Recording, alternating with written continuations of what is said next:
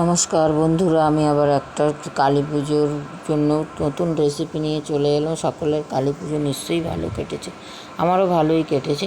আমি একটা থালি রেডি করেছিলাম, তার মধ্যে থেকে আমি বাটার পনির করেছিলাম, সেই রেসিপিটা আপনাদের সাথে শেয়ার করছি।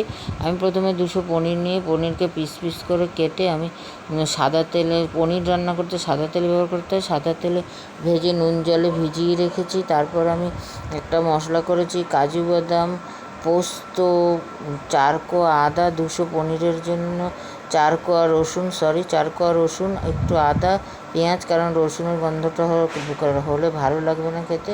তার মধ্যে জিরের গুঁড়ো, ধনের গুঁড়ো দেবো না, লাল লাল কাঁচা লঙ্কার দিয়েছি। তার মধ্যে অল্প 1 প্যাকেট গুঁড়ো, দুধের গুঁড়োর প্যাকেট দিয়েছি 5 টাকা দামের, দিয়ে আমি পেস্ট করে ওই পনির ভাজা তেলের মধ্যে দিয়ে মশলাটা কষতে শুরু করেছি। কষতে কষতে তারপর নুন হলুদ দিয়েছি। কষা কিছুক্ষণ হওয়ার পর আমি তার মধ্যে বেশ খানিকটা মিষ্টি দিয়েছি, কারণ পনিরের তরকারি মিষ্টি না হলে ভালো লাগে না খেতে।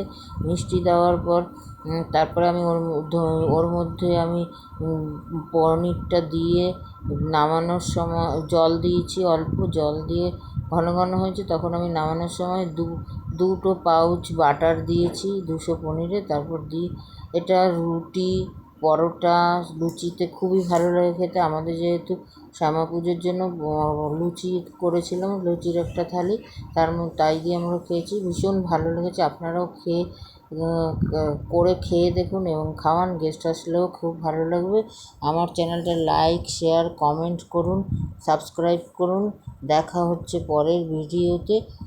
আশা করি আমাকে আপনারা হেল্প করবেন আমার চ্যানেলটাকে দাঁড় করানোর জন্য।